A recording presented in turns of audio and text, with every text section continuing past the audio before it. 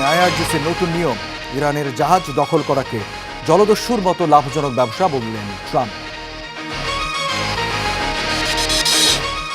অবশেষে জার্মানি থেকে ৫,০০০ সেনা সরিয়ে নেওয়ার ঘোষণা যুক্তরাষ্ট্রের। নিজেদের নিরাপত্তা নিজেরাই বাড়াবে ন্যাটো। এবং কারচুপি ও ইভিএম নষ্ট হওয়া সহ নানা অভিযোগে পশ্চিমবঙ্গের বিধানসভা নির্বাচনে পরিণতি বুথে চলছে পুনঃভোট গ্রহণ।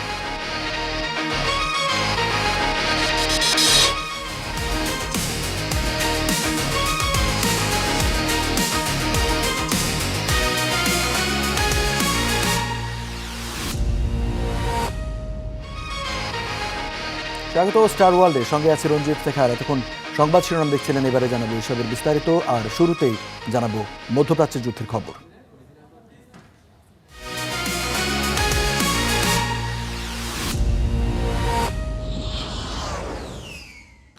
ইরানের বিরুদ্ধে চলমান নৌ অবরোধে জলদস্যুর মতো দেশটির জাহাজ দখল করাকে লাভজনক ব্যবসা বলে মন্তব্য করেছেন ট্রাম্প।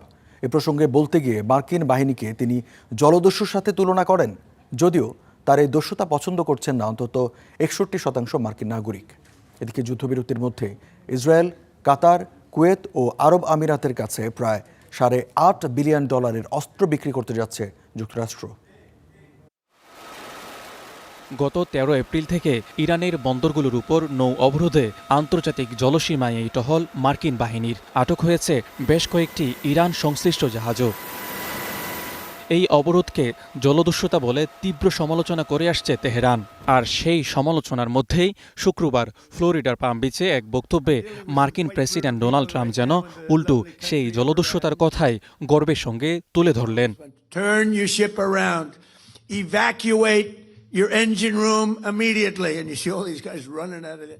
আমরা এটাকে বলি লৌহ প্রাচীর। আমাদের সেনাবাহিনী ও নৌবাহিনী খুব শক্তিশালী। তারা অবরোধ ভেঙে সামনে এগোচ্ছিল। তখন বলা হলো, তোমার জাহাজ ঘুরিয়ে দাও। তারপর বলা হলো, ইঞ্জিন রুম খালি করো। এরপর দূর থেকে আঘাত করা হয়, ইঞ্জিন রুম ধ্বংস করা হয়, জাহাজ থেমে যায়। পরে টাগবোট দিয়ে নিয়ে আসা হয়। তারপর আমরা সেটি দখল করি। আমরা জাহাজ, মালপত্র, তেল সব দখল করি। এটা খুব লাভজনক ব্যবসা। আমরা যেন এক ধরনের জলদস্যু। হ্যাঁ, আমরা জলদস্যুর মতোই। মার্কিন অবরোধ চলাকালে দেশবাসীকে স্থানীয় পণ্য ব্যবহারের আহ্বান জানিয়েছেন ইরানের সর্বোচ্চ নেতা মোস্তফা খামেনি।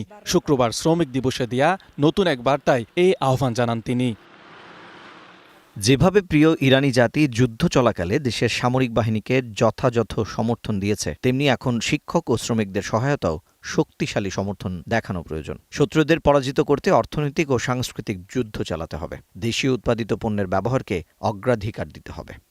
এদিকে Washington post, ABC news, Ipsos প্রকাশিত সাম্প্রতিক এক জনমত জরিপ বলছে ৬১% মার্কিন নাগরিক মনে করেন ইরান যুদ্ধ ট্রাম্পের ভুল সিদ্ধান্ত ছিল। এই জনমত ২০০৬ সালের ইরাক যুদ্ধ নিয়ে করা এক জরিপের প্রায় সমান। ওই সময় ৫৯% মার্কিনই ইরাক যুদ্ধকে ভুল বলেছিলেন। এছাড়া যুদ্ধবিরতির মধ্যে ইসরায়েল সহ কাতার, কুয়েত ও আরব আমিরাতের কাছে প্রায় $৮.৫ বিলিয়ন অস্ত্র বিক্রির ঘোষণা দিয়েছে যুক্তরাষ্ট্র। বিশ্লেষকদের মতে চলমান উত্তেজনাপূর্ণ পরিস্থিতিতে এই ধরনের বড় অস্ত্র বিক্রি মধ্যপ্রাচ্যের সামরিক ভারসাম্য ও ভূরাজনৈতিক উত্তেজনাকে আরও বাড়িয়ে তুলতে পারে। মাজিদ শাহরিয়ার, স্টার নিউজ। এদিকে হরমুজ প্রণালীতে নৌ চলাচল নিয়ন্ত্রণে নতুন নিয়ম ঘোষণা করেছে ইরানের ইসলামী বিপ্লবী গার্ড কোর আইআরজিসি। হরমুজ প্রণালী ও আরব উপসাগরীয় অঞ্চলের সমুদ্রপথে নিজের নিয়ন্ত্রণ আরও শক্তিশালী করতেই তেহরানের এই পদক্ষেপ। সামাজিক যোগাযোগ মাধ্যম এক্সে দেওয়া এক বিবৃতিতে আইআরজিসির নৌবাহিনী বলছে, আরব উপসাগর থেকে শুরু করে হরমুজ পর্যন্ত ইরানের প্রায় ২,০০০ কিলোমিটার উপসাগরীয় এলাকায় বিশেষ নিয়ন্ত্রণ বলয় গড়ে তোলা হবে। এই জলসীমাকে ইরানি জনগণের জন্য আয় ও শক্তির উৎসে পরিণত করার পাশাপাশি হরমুজের নিরাপত্তা ও সমৃদ্ধি বাড়াতে চায় তেহরান। ইরানের রাষ্ট্রীয় গণমাধ্যম প্রেস টিভি জানায়, সর্বোচ্চ নেতা আয়াতুল্লাহ মুজতবা খামেনির নির্দেশনাতেই এই ঘোষণা এসেছে।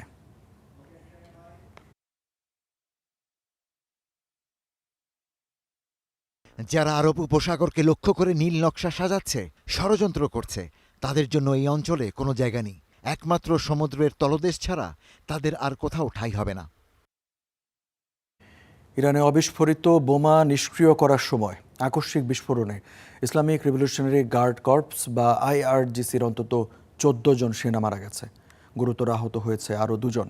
ঘটনাটি ঘটেছে তেহরানের উত্তর পশ্চিমে অবস্থিত জানজান শহরের কাছাকাছি এলাকায়। আইআরজিসি জানায়, বোমা নিষ্ক্রিয়কারীদের একটি দল এলাকাটির অবিস্ফোরিত বোমা নিষ্ক্রিয় করার কাজ করছিল। এ সময় শক্তিশালী কিছু গোলাবারুদ বিস্ফোরিত হলে ঘটনাস্থলেই 14 জন সেনা নিহত হন। আহত 2 জনকে হাসপাতালে ভর্তি করা হয়েছে। প্রতিবেদনে বলা হয়েছে, বিস্ফোরিত গোলাবারুদের মধ্যে উচ্চ ক্ষমতা সম্পন্ন ক্লাস্টার বোমা ও এয়ারমাইন ছিল, যা সাম্প্রতিক যুদ্ধে ব্যবহৃত হয়। গত 7 এপ্রিল যুদ্ধবিরতি কার্যকর হওয়ার পর থেকে আইআরজিসি সদস্যদের এটি সবচেয়ে বড় প্রাণহানির ঘটনা।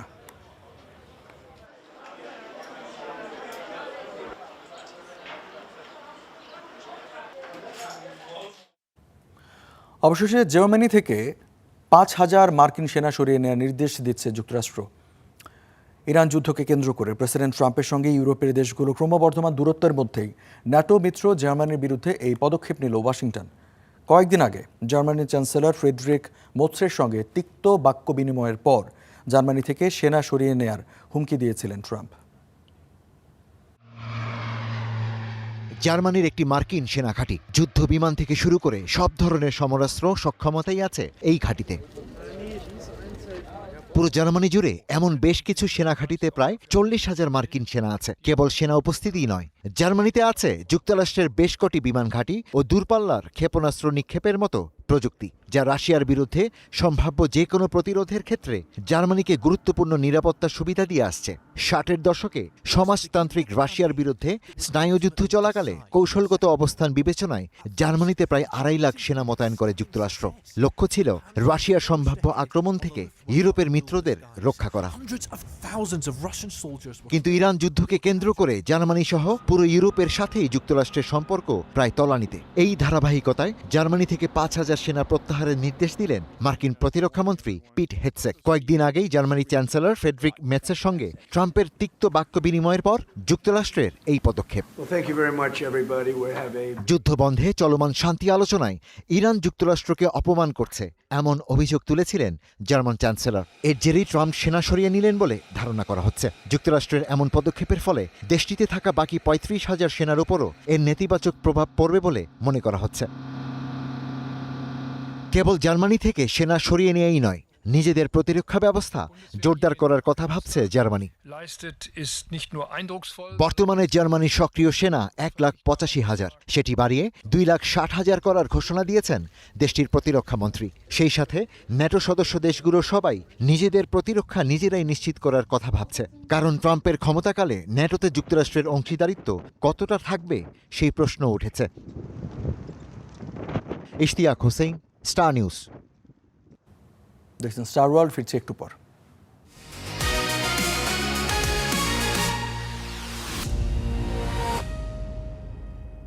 দেখছেন স্টার ওয়ার্ল্ড। যুক্তরাষ্ট্রের ফ্লোরিডায় নিহত 2 বাংলাদেশি শিক্ষার্থীর স্মরণে সাউথ ফ্লোরিডা বিশ্ববিদ্যালয়ে স্মরণ সভা অনুষ্ঠিত হয়েছে। আগামী সপ্তাহে বিশ্ববিদ্যালয়ের সমাবর্তন অনুষ্ঠানে প্রয়াত লিমন ও বৃষ্টিকে সম্মান জানানো হবে। স্মৃতিফলকে খোদাই করা হবে তাদের নাম।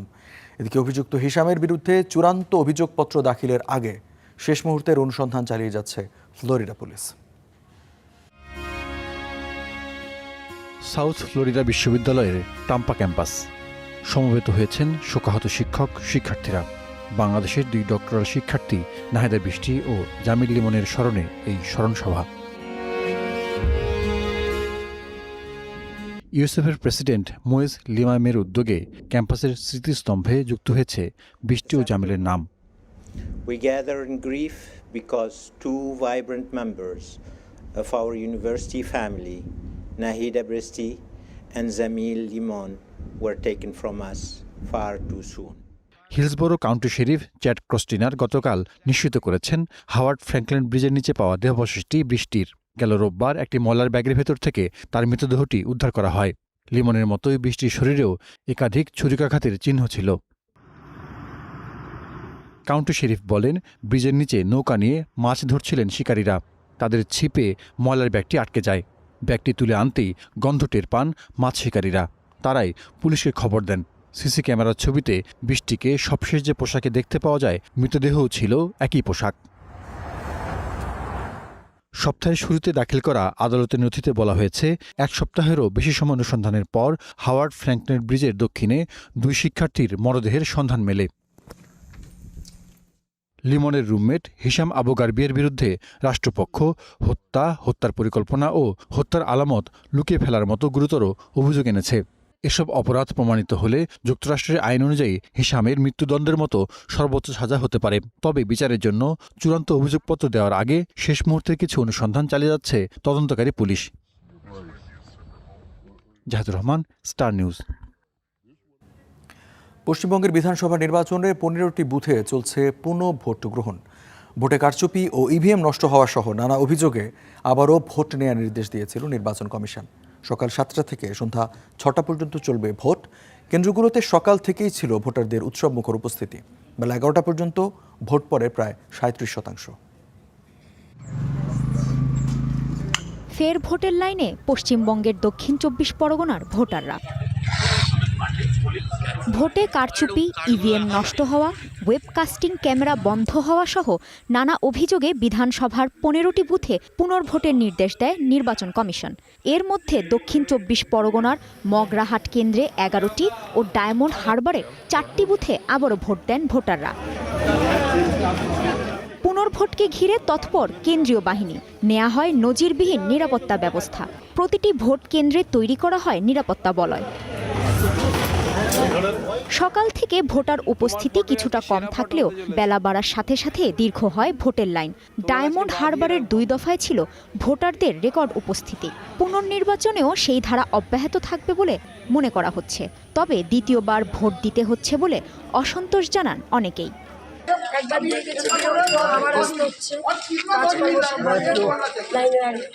গতবার ভোট দিতে পেরেছিলাম, কোথায় অন্য সময় কোনো গন্ডগোল হয়েছিল, আমরা যখন এসেছিলাম কোনো গন্ডগোল দেখতে পাইনি। দক্ষিণ 24 পরগনার ফলতার একাধিক বুথেও গোলমালের অভিযোগ ওঠে। অভিযোগ খতিয়ে দেখছে নির্বাচন কমিশনের বিশেষ পর্যবেক্ষক সুব্রত গুপ্ত। অভিযোগ প্রমাণ হলে সেখানেও হতে পারে পুনর্ভোট। এ নিয়ে এখনও কোনো চূড়ান্ত সিদ্ধান্ত আসেনি। ফলতার 30টি বুথে পুনর্নির্বাচনের দাবি জানিয়েছেন বিজেপি নেতা শুভেন্দু অধিকারীও। আমরা মনে করি যেটা করেছেন ঠিক করেছেন। ডায়মন্ড হারবার বিধানসভায় আরও 12টা বুথে দেওয়া উচিত ছিল এবং এন্টার ফলতাতে রিপোল হওয়া উচিত, না হলেও অন্তত 60টা বুথে রিপোল করা উচিত। গত 23 এপ্রিল প্রথম দফায় রাজ্যের 16টি জেলার 152টি আসনে ভোট হয়। 29 এপ্রিল দ্বিতীয় দফায় ভোট হয় 7টি জেলার 142টি আসনে। প্রথম দফার ভোট শান্তিপূর্ণ হলেও দ্বিতীয় দফায় বেশ কিছু বিচ্ছিন্ন ঘটনা ঘটে। পুনর্নির্বাচন শেষে আগামী 4 মে ফল ঘোষণা করবে নির্বাচন কমিশন। কাজী শাহরিন, স্টার নিউজ। দর্শক, পশ্চিমবঙ্গের বিধানসভা নির্বাচনের পুনর্ভোট নিয়ে জানাতে কলকাতা থেকে আমাদের সাথে যুক্ত হচ্ছেন সহকর্মী সুজিত দুয়ারি, এবং সুজিতের কাছে বেশ কিছু বিষয় জানতে চাইব। সুজিত, 15টি বুথে ভোট গ্রহণ হচ্ছে, সকাল থেকে এখন পর্যন্ত কত শতাংশ ভোট হলো, এবং এর মাত্র সোমবার তো ভোটের ফলাফল ঘোষণা করা হবে। এখন পর্যন্ত যে গণনা, সেটার কোনো আভাস পাওয়া গেছে কারা যাচ্ছে?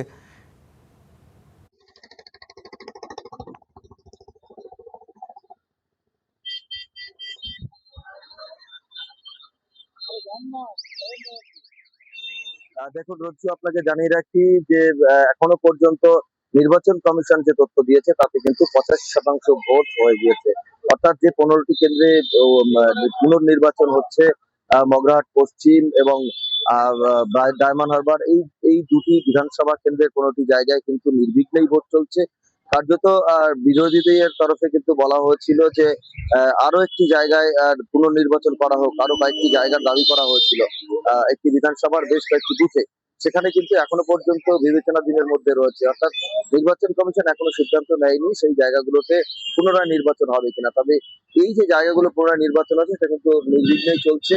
এবং আরেকটা বিষয় জানিয়ে রাখি যে এখনো পর্যন্ত এই যে স্ট্রং রুম গুলো রয়েছে সেখানেও কিন্তু সিসিটিভি কয়েক জায়গায় বন্ধ রয়েছে, কয়েক জায়গায় সিসিটিভি সোর্স মনিটরে দেখা যাচ্ছে না। জানিয়ে কিন্তু সকাল থেকে দেখা যায় কয়েক দফায় দফায় কিন্তু বিভিন্ন রকম উত্তেজনা পরিস্থিতি তৈরি হয়েছে এবং প্রশাসনের সঙ্গে শাসক দল এবং বিরোধী দল যারা রয়েছে তাদের মধ্যে মূলত উত্তেজনা পরিস্থিতি তৈরি হচ্ছে।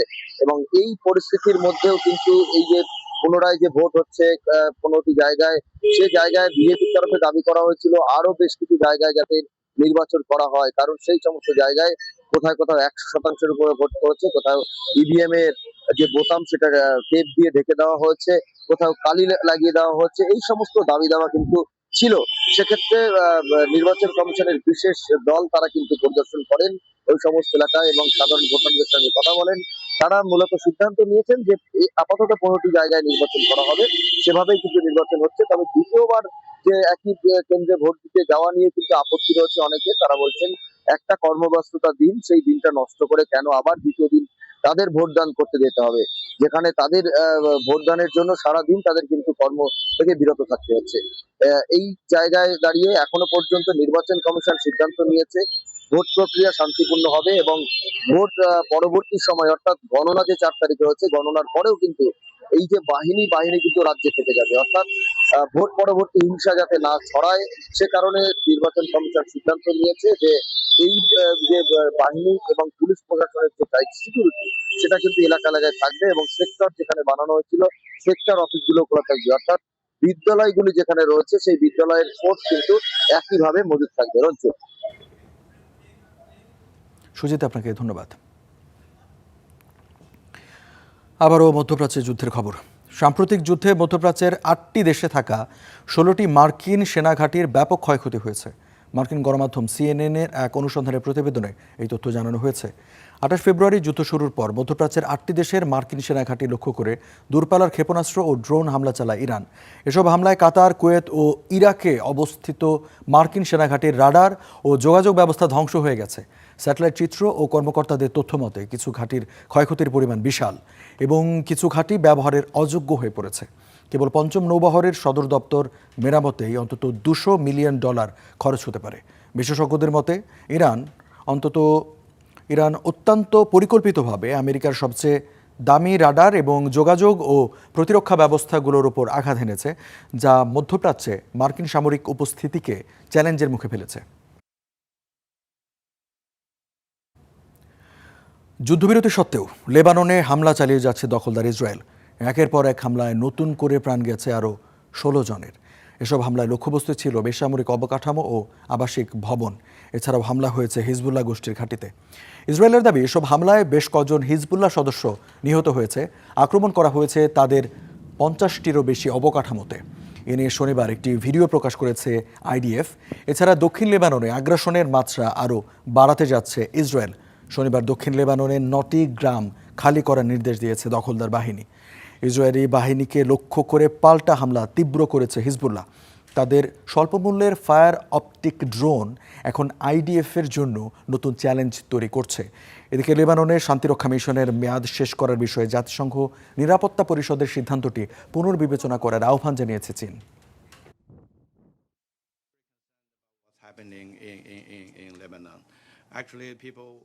লেবাননে যা ঘটছে তা নিয়ে আমরা গভীরভাবে উদ্বিগ্ন। সেখানে কোনো বাস্তব যুদ্ধবিরতি নেই। আমরা চাই একটি সত্যিকারের যুদ্ধবিরতি কার্যকর হোক। লেবাননে হামলা বন্ধ করা ইসরায়েলের দায়িত্ব। লেবাননে শান্তিরক্ষা মিশন বন্ধ করার সিদ্ধান্তটি জাতিসংঘকে পুনর্বিবেচনা করা উচিত। আন্তর্জাতিক জলসীমা থেকে গাজাগামী ত্রাণ বহরের 22টি নৌযান আটক করে 168 জন মানবাধিকার কর্মীকে গ্রেপ্তার করেছে গ্রিস। গ্লোবাল সমুদ ফ্লোটিলার এই জাহাজগুলোকে মাঝ সমুদ্রে আটক করে ইসরায়েলি বাহিনী। পরে তাদেরকে গ্রিক পুলিশের হাতে তুলে দেওয়া হয়। অবরুদ্ধ গাজাবাসীর জন্য তারা খাবার ও ওষুধ নিয়ে যাচ্ছিল। আরও 47টি নৌযান গ্রিসের দক্ষিণ ক্রিট উপকূলে অপেক্ষায় রয়েছে। গাজার পথে থাকা ত্রাণবাহী জাহাজে শতাধিক মানবাধিকার কর্মীকে আটক করে গ্রিসের ক্রিট দ্বীপে নেয় গ্রিক পুলিশ। আয়োজকরা জানান, আন্তর্জাতিক জলসীমায় তাদের জাহাজগুলো আটক করে ইসরায়েলি বাহিনী। গ্রিক পুলিশ আমাদের অপরাধী হিসেবে আটকে রেখেছে। তারা বলছে আমাদের গ্রেপ্তার করেছে, আবার বলছে করেনি। আমরা বাস থেকে নামতে পারছি না। আমরা আমাদের স্বাধীনতা ভোগ করতে পারছি না। আমাদের 40 ঘন্টা ধরে আটক করে রাখা হয়েছে। আমরা ছিলাম 60 জন, যা আমাদের সঙ্গে থাকা মোট মানুষের 1/3। আমাদের হাত পেছনে বাঁধা অবস্থায় কয়েক দফা মারধরও করা হয়েছে।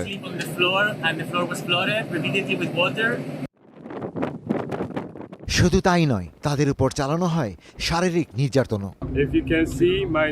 আমার নাকটা সম্ভবত ভেঙে গেছে, আমার পাঁজরে খুব ব্যথা করছে এবং সম্ভবত আরও কিছু ভেঙেছে যা আমি জানি না। ওরা কিল ঘুষি লাথি দিয়ে আমাদের টেনে হিস্টে নিয়ে যাচ্ছিল। গ্লোবাল সুমুদ নামের এই ত্রাণবহর গাজার মানুষদের জন্য প্রয়োজনীয় ত্রাণ নিয়ে যাচ্ছিল, কিন্তু ইসরায়েলের হস্তক্ষেপে আন্তর্জাতিক জলসীমায় তাদের 168 জনকে আটক করে গ্রিক পুলিশ। গেল 12 এপ্রিল স্পেনের বার্সেলোনা থেকে বহরটি রওনা দেয়। এদিকে বহরটিতে থাকা শতাধিক মানবাধিকার কর্মী গ্রিসের ক্রিট দ্বীপের হেরাক্লিয়ন বিমানবন্দরে পৌঁছান। আন্তর্জাতিক জলসীমাতেও ইসরায়েলের আইনবিরোধী কর্মকাণ্ডের নিন্দা জানান তারা। এটা মানবতার বিরুদ্ধে, ফিলিস্তিনিদের বিরুদ্ধে এবং সেই সাথে ফিলিস্তিনিদের জন্য যারা লড়াই করছে সেই সব মানুষের বিরুদ্ধে ইসরায়েলের অপরাধের অন্যতম একটি উদাহরণ। এই ত্রাণবহরে থাকা 22টি জাহাজ ইসরায়েল আটক করেছে, তবে আরও 47টি জাহাজ গ্রিসের দক্ষিণ ক্রিট উপকূলে রয়েছে। প্রতিটি জাহাজে প্রায় 1 টন খাদ্য ও চিকিৎসা সামগ্রী রয়েছে। Ishtiaq Hossain, star news. এই ছিল আজকে স্টার ওয়ার্ল্ডে। এতক্ষণ যারা সাথে ছিলেন সবাইকে অসংখ্য ধন্যবাদ।